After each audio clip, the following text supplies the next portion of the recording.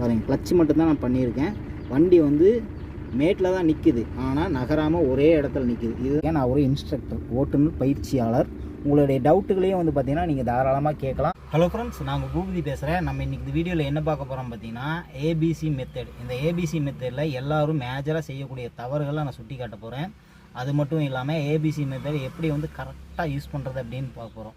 ABC மெத்தட்னா ஒன்றும் கிடையாது, oscillator, brake, clutch. சரிங்களா? இது எப்படி வந்து நம்ம வந்து கால் வந்து பயன்படுத்தணும் அப்படிங்கிறத பற்றி இந்த வீடியோவில் ஃபுல்லாக சொல்லியிருக்கேன். இந்த வீடியோ ஸ்கிப் பண்ணாமல் ஃபுல்லாக இந்த வீடியோ பிடிச்சிருந்தால் லைக் பண்ணுங்கள், ஷேர் பண்ணுங்கள், மறக்காமல் கமெண்ட்டில் கீழே சொல்லுங்கள். நம்ம இங்கே பார்க்குறதா வந்து பார்த்திங்கன்னா ஏபிசி மெத்தடு. இந்த ABC method accelerator, brake, clutch. சரிங்களா? எப்போவுமே லெஃப்ட்டு கால் யூஸ் பண்ணுறோம் அப்படின்னா அது வந்து கிளச்சுக்கு வந்து நம்ம யூஸ் பண்ணுவோம். கிளச்சை மிதித்து கியர் போடுறதுக்காக பயன்படுத்துவோம். இப்போ இருக்கக்கூடிய ஆட்டோமேட்டிக் கியர் வண்டிகளில் வந்து பார்த்திங்கன்னா கிளச்சு வந்து கிடையாது. அதனால் வந்து பார்த்திங்கன்னா நம்ம இந்த காலை கிளச்சுக்கு தவிர வேறு எதுக்கும் நம்ம பயன்படுத்த முடியாது. ஆட்டோமேட்டிக் காராக இருந்தது அப்படின்னா நம்ம வந்து இந்த காலை சும்மாவே வச்சுக்கலாம். சரிங்களா?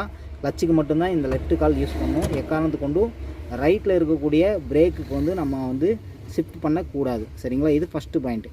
அதாவது நான் ரிவர்ஸில் சொல்லிட்டு இருக்கேன், சி ஃபார் கிளச். அடுத்தது பிரேக். பிரேக் வந்து பார்த்திங்கன்னா ரைட்டு கால் தான் நம்ம யூஸ் பண்ணுவோம். எப்போவுமே வந்து பார்த்திங்கன்னா CBA இந்த பொசிஷனில் நம்ம யூஸ் பண்ணுறது தான் வந்து பார்த்திங்கன்னா சரியான மெத்தடாக அமையும். நம்ம எப்போவுமே இதோடைய கால் வந்து பார்த்திங்கன்னா இதுக்கு நேராக இருக்குது பார்த்திங்களா, கிளச்சுக்கு நேராக இருக்கும்போது வந்து பார்த்திங்கன்னா கிளச் யூஸ் பண்ணுவோம்.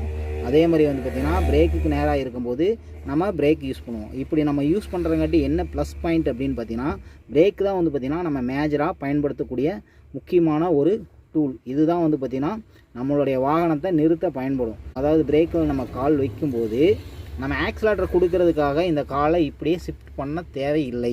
இப்படி பண்ணவும் கூடாது. இப்படி ஷிஃப்ட் பண்ணாமல் இதோடைய கால் பிரேக்குக்கு நேராக இருக்க வேண்டும். இந்த பிரேக்குக்கு நேராக இருக்கும்போது இந்த கால் வந்து வியாக மாதிரி, அதாவது இந்த மாதிரி வி மாதிரி பிரியணும். இப்படி பிரிஞ்சு ஆக்சிலேட்டரிங் பண்ணணும். ஆக்சிலேட்டர் வந்து தேவையான அளவுக்கு மட்டும்தான் நம்ம வந்து இங்கே கொடுப்போம். தேவைக்கு அதிகமாக நம்ம வந்து பிரேக்கு மாதிரி ஃபுல்லாக வந்து அமுத்த வேண்டிய அவசியம் இருக்காது. சரிங்களா? இதை வந்து நம்ம ரொம்ப ஸ்மூத்தாக ஹேண்டில் பண்ணால் போதும். அதனால் வந்து பார்த்திங்கன்னா ஆக்சிலேட்டர்கிட்டேருந்து இந்த மாதிரி நீங்கள் கால் வைக்கும்போது வந்து பார்த்திங்கன்னா உங்களுடைய வாகனத்தை ரொம்ப ஈஸியாக வந்து கண்ட்ரோல் பண்ணலாம். ஆக்சிலேட்டர் தேவையான அளவுக்கு நம்ம கொடுக்குறோம். எமர்ஜென்சி காலத்தில் டக்குன்னு பிரேக்குக்கிட்ட கால் மாற்றுறோம். இந்த வி மாதிரி இந்த மாதிரி காலை வந்து இந்த பக்கம் இருந்து இந்த பக்கம் டக்குன்னு சேஞ்ச் பண்ணிடலாம். நம்ம இந்த இடத்துல வச்சுருக்கோம் அப்படின்னா இந்த இடத்துல நம்ம ஆக்சிலேட்டர் கொடுத்துட்ருப்போம். திடீர்னு ஏதாவது ஒரு குறுக்கால நம்ம ஒரு பேரிகார்டு வருது, இந்த பேரிகார்டுக்கிட்ட நம்ம கால் கொண்டு போகும்போது இங்கேருந்து நம்ம இங்கே எடுத்துகிட்டு போவோம். அதுக்குள்ளே வந்து பார்த்திங்கன்னா டைம் 1 or 2 seconds வந்து வீணாகுது இல்லையா? அதனால் வந்து பார்த்திங்கன்னா இந்த மாதிரி வந்து யூஸ் பண்ணாமல் இந்த இடத்துல வச்சுக்கிட்டு இங்கேருந்து இப்படி தான் காலை வந்து யூஸ் பண்ணணும். இதுதான் வந்து சரியான மெத்தடு. இதுதான் வந்து எல்லோரும் கடைபிடிக்கணும். இந்த மாதிரி பண்ணும்போது வந்து பார்த்திங்கன்னா ரொம்ப வந்து அதாவது சேஃப்டியாக வந்து நம்ம வண்டியை இயக்க முடியும். பிரேக்கு ரொம்ப தேவைப்படுற அளவுக்கு ஃபுல்லாக வந்து நம்ம இது பண்ணுவோம், ஃபுல்லாக வந்து அமுத்துவோம். ஆனால் ஆக்சிலேட்டர் வந்து பார்த்திங்கன்னா கொஞ்சம் லைட்டாக தான் வந்து கொடுப்போம். சரிங்களா? அடுத்தது வந்து கிளச் கண்ட்ரோல். நான் இப்போ கிளச் கண்ட்ரோலுக்கு வந்து பார்த்திங்கன்னா வண்டியை நான் வந்து ஸ்டார்ட் பண்ணி காட்டுறேன். எந்த ஒரு வாகனமும் வந்து பார்த்திங்கன்னா இப்போ நம்ம கிளச் கண்ட்ரோல் தான் ரொம்ப ரொம்ப முக்கியமானது. எல்லா வாகனமும் வந்து நீங்கள் விடும்போது வண்டி சில நேரங்களில் ஆஃப் ஆகும் இல்லையா? அந்த ஆஃப் ஆகக்கூடிய அந்த பாயிண்ட்டை எப்போவுமே வந்து பார்த்திங்கன்னா கண்டுபிடிச்சி வச்சுக்கணும். ஒவ்வொரு வண்டிக்கும் ஒரு சில இடங்களில் மாறும். அந்த ஆஃப் ஆகக்கூடிய அந்த பாயிண்ட்டை எப்படி கண்டுபிடிக்கிறேன்னு நான் சொல்கிறேன் பாருங்கள். ஃபஸ்ட்டு வந்து ஃபுல்லாக எப்போ எந்த வண்டி ஸ்டார்ட் பண்ணாலும் ஃபுல்லாக கிளச்சை மிதிச்சுட்டு பிரேக்கிட்ட கால் வச்சுட்டு இன்ஜின் முதல்ல ஆன் பண்ணணும். சாவி ஆன் பண்ணிட்டு திருகுனிங்க அப்படின்னா வண்டி வந்து ஸ்டார்ட் ஆகிடும். சரிங்களா? இப்போ ஸ்டார்ட் ஆகிடுச்சு. இப்போ நம்ம வந்து கிளச்சும் மிதிச்சிட்டோம். இப்போ நம்ம கியர் போடணும் இல்லையா? இப்போ கியர் போடும்போதே ஹேண்ட் பிரேக் ரிலீஸ் பண்ணிவிட்டு வண்டி பாருங்கள் பின்னாடி போகுது. இதை நான் வந்து கிளச்சு கண்ட்ரோலுக்காக நான் உள்ளே உங்களுக்கு காட்டிகிட்ருக்கேன். இப்போ பாருங்கள், ஃபஸ்ட்டு கியர் நான் போட்டுட்டு லைட்டாக கிளச்சை ரிலீஸ் பண்ணணும். எப்போவுமே சொல்கிறேன் கேட்டுக்குங்க, எப்போவுமே நீங்கள் ஃபஸ்ட்டு கியர் போட்டுட்டு பிரேக்குக்கிட்ட கால் எப்போவுமே இருக்கணும். இப்போது நீங்கள் பிரேக்லேயும் கால் வச்சுட்டு கிளச்சுக்கிட்டையும் கால் வச்சுக்கிட்டு லைட்டாக கிளச்சை ரிலீஸ் பண்ணிங்க அப்படின்னா ஒரு பாயிண்ட்டுக்கிட்ட பாருங்கள் ஒரு உதறல் ஏற்படும் வண்டியில். தெரியுதுங்களா? இந்த உதறல்கிட்ட கிளச்சை அப்படியே கண்ட்ரோல் பண்ணிவிட்டு இப்போ நீங்கள் பிரேக்லேருந்து கால் எடுத்தீங்க அப்படின்னா வண்டி எப்போவுமே இந்த கிளச்சிலேருந்து இப்போ கால் எடுக்க வேண்டிய அவசியமே இல்லை. அப்படியே வண்டியும் நிற்கும். அதாவது எந்த ஒரு மேடாக இருந்தாலும் வண்டி அப்படியே நிற்கும். இதை வந்து நாங்கள் வந்து 3 பாயிண்ட்டாக வந்து பிரிப்போம்.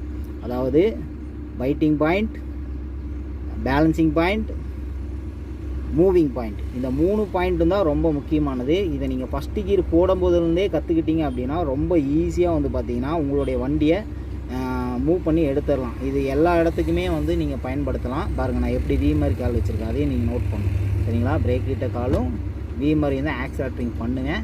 அதுதான் சரியான மெத்தடு. இப்போ கிளச்சு வந்து அந்த பாயிண்ட்டு பிடிச்சிட்டோம் இல்லையா? இப்போ இந்த பாயிண்ட்டு பிடிச்சோன்னே வந்து பார்த்திங்கன்னா வண்டி நகராது. இப்போ இதிலிருந்து நூல் அளவுக்கு இப்படி இங்கே பாருங்கள், தெரியுதா? நூல் தெரியுதா? அந்த அளவுக்கு விட்டோன்னே வண்டி பார்த்திங்களா எப்படி மூவ் ஆகுதுன்னு தெரியுதா? எப்படி மூவ் ஆகுது பாருங்கள். நம்ம எதுவுமே பண்ணலாம். மேடு, இந்த மேடு நான் மேடையும் காட்டுட்டுங்களா? பாருங்கள், மேடையும் காட்டுறேன்.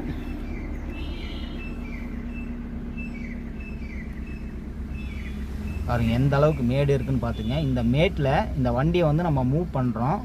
கிளச்சு வந்து லைட்டாக நம்ம வந்து இப்படி பாருங்கள், லைட்டாக கிளச்சு விடுறோம். இந்த சவுண்டு மாறுது தெரியுதா? இப்போது நம்ம லைட்டாக கிளச்சு விட்டோம்னாவே வண்டி மூவ் ஆகும். அப்படி மூவ் ஆகலை அப்படின்னா லைட்டாக வந்து நம்ம ஆக்ஸலரேட்டரிங் பண்ணுவோம். பாருங்கள், இப்போ வண்டி மூவ் ஆகலை, ஆனால் அந்த பாயிண்ட் பிடிச்சிட்டோம். இப்போ லைட்டாக வந்து என்ன பண்ணுறோம்? ஆக்ஸலரேட்டர் கொடுக்குறோம். வண்டி ஈஸியாக போகுதா? தெரியுதுங்களா? ரொம்ப ஈஸியாக வண்டி ஏறுதா? இப்போ நம்ம கண்ட்ரோல் பண்ணி காட்டுறோம். இந்த மேட்லேயே வந்து பார்த்திங்கன்னா வண்டி நிற்கிது. பாருங்கள், நான் உங்களுக்கு காட்டுறேன். நம்ம கிளச் பிரேக்லேருந்து கால் எடுத்தால் வண்டி பின்னாடி போகுது, தெரியுதுங்களா? ஆனால் இந்த இடத்துல ஒரு நூல் கூட வண்டி பின்னாடி போகாமல் நம்ம வந்து கிளச் மூலிமா கண்ட்ரோல் பண்ணுறோம். பாருங்கள், பாயிண்டில் அந்த பாயிண்டில் ஆக்ஸலரேட்டர் அந்த பாயிண்ட் மாறும். பாருங்கள், தெரியுதுங்களா? வைப்ரேஷன் ஆகுதா? இது முக்கியமான கிளச் கண்ட்ரோல். இப்போ வண்டி நிற்குது. நான் பாருங்கள், வண்டி எப்படி நிற்குது தெரியுதா? நான் வெறும் கிளச் மட்டும்தான் பண்ணியிருக்கேன். பிரேக்கிட்ட கால் கொண்டு போகவில்லை. பாருங்கள், அதையும் நான் காட்டுறேன்.